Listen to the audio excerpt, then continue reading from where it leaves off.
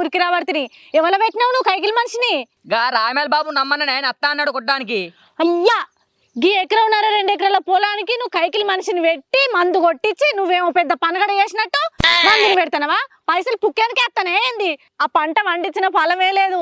ఇటు మందు కొట్టేటోళ్లకు, ఇటు నాటేసేటోళ్లకు, ఇటు వరి కలిసేటోళ్లకు, దున్నుడుగులకు, పిండి బస్తాలకు ఈడికే అవుతుంది, ఆడికాడికి అవుతుంది నీ సంసారం. నీ ఒర్రుతాదేయ్యా కాకి కదా కాయ ఉన్నట్టు ఉడతావేందే? మొన్న నీ మందాల వేనా కాబట్టి నాకు మందు కొడతా అన్నాడు చేయ బదులు. నేను పైసలుగా నువ్వు దాచిపెట్టి నాకు లచ్చలు ఇస్తున్నావు అని చెప్పి నేను కైకిలో పెట్టి చేసుకుంటా. అట్లా కాదు, నువ్వు మందు కొట్టవేనవా మందు చల్లవేను. నువ్వు వాళ్ళ కూత వాళ్ళు పైసలు ఇస్తే మనకు అవి ఉప్పుకొని నిరుపుకాయకు అక్కడికి వచ్చు కదా. నువ్వు కొట్టుకుంటే ఇప్పుడు మనకు వాళ్ళు రాకపోరు కదా. అనుకొని చంపుతాను నిన్ను. నీ మందు కొట్టంటే మెల్లగా ఏంగా ఒడ్డుకుంటూ చల్లుకుంటూ కొట్టచ్చు. అదే మందు కొట్టుడంటే బురద లోతు దిగాలి, మందు కొట్టాలి. ఇలా తెలుగుతో నీ మిలా మందు కొడతాను మందు కొట్టరారా అని నీ మాట్లాడితే నువ్వు పని చేయలేదు పనికి రాలే మాట్లాడుతున్నావా? ఏంది తాగినవా? మాట అంత ఎట్నో తడబడుతుంది పొద్దుగాలనే తత్త